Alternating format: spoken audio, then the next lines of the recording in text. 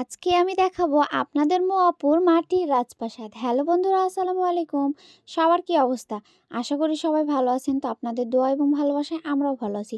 তো সকাল সকাল ঘুম থেকে উঠে রান্না বান্না সেরে নিয়ে তাড়াতাড়ি করে খেয়ে নিচ্ছি, কারণ আজকে আমার মাটির বাড়িটা ঠিক করতে হবে। কারণ অনেক দিন হয়ে গেল আমার মাটির বাড়িটা আস্তে আস্তে ভেঙে নষ্ট হয়ে যাচ্ছে। তাই আজকে আমি চলে এসেছি যে আমার বাড়ি ভাঙ্গা কিভাবে কি করব সেটাই আপনাদের সাথে শেয়ার করব।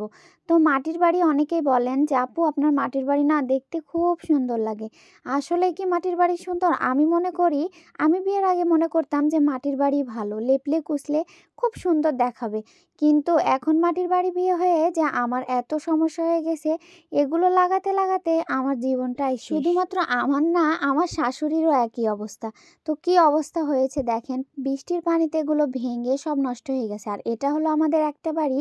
আর আমি প্রায়ই বলি যে আমাদের আরেকটা বাড়ি আছে, আর এইটা হলো আমাদের আরেকটা বাড়ি। তো এটাতে আমার শ্বশুর শাশুড়ি থাকে আর ওটাতে আমরা থাকি, কিন্তু রান্না বান্না খাওয়া দাওয়া সব আমার এই বাড়িতেই হয়।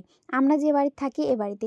তো আমাদের দুইটাই মাটির বাড়ি, আর ওপরে টিনের চাল তোলা। তো আমি মনে করি মাটির বাড়ি থেকে টিনের বাড়ি ভালো, টিনের বাড়ি ভাঙবে না, কিচ্ছু হবে না। আর এখানে আপনাদের ভাইয়া সকাল সকাল মাটি ধোয়া এনে দিচ্ছিল।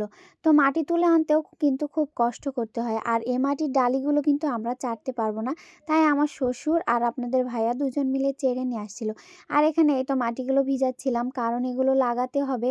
মাটির বাড়িতে কিন্তু প্রচুর পরিমাণে কষ্ট করতে হয়। আমরা গ্রামের মানুষ, আমাদের গ্রামে প্রায় সবারই মাটির বাড়ি, সবাইকে এরকমভাবে কষ্ট করতে হয়। যাদের টিনের চালাগুলো ভালো তাদের অত ভাঙে না, আর যাদের টিনের চালাগুলো খারাপ তাদেরগুলো এভাবে ভেঙে যায়। তো আমাদের ওপরের চালাগুলো সেরকম ভালো না। তবে আপনারা সবাই দোয়া করবেন আমাকে যেন এবার মাটি লাগাতে হচ্ছে, এর পরের বার যেন আমাকে মাটি না লাগাতে হয়।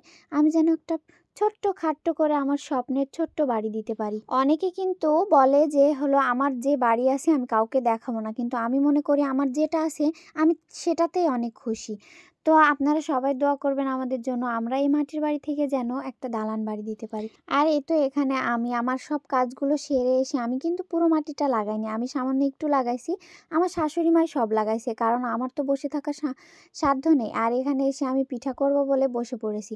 তো আপনারা এই পিঠাটাকে কে কী নামে বলেন অবশ্যই কিন্তু আমার কমেন্টে জানাবেন। আমরা এই পিঠাটাকে চষি পিঠা বলে থাকি। আমাদের গ্রামের মানুষ প্রায় এই পিঠাটাই করে খায়। তাই আজকে আমার শাশুড়িমা বলছিল তুমি আজকে এই পিঠাটা করো, কারণ আমি আর কয়েকদিনই এখানে থাকবো, আমি আমার বাবার বাসায় চলে যাব।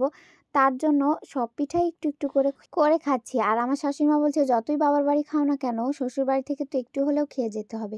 তো আপনারা সবাই আমার পুরো পরিবারের জন্য দোয়া করবেন, তারা যেন সবাই ভালো থাকে আর আমি এরকমভাবে যেন হাসি খুশি থাকতে পারি। আর এই পিঠাগুলো কিন্তু সমস্ত আমি একাই করছি। কি সুন্দর হয়েছে দেখেন, মাশাআল্লাহ। সবাই দোয়া করবেন। আল্লাহ হাফেজ সবাইকে।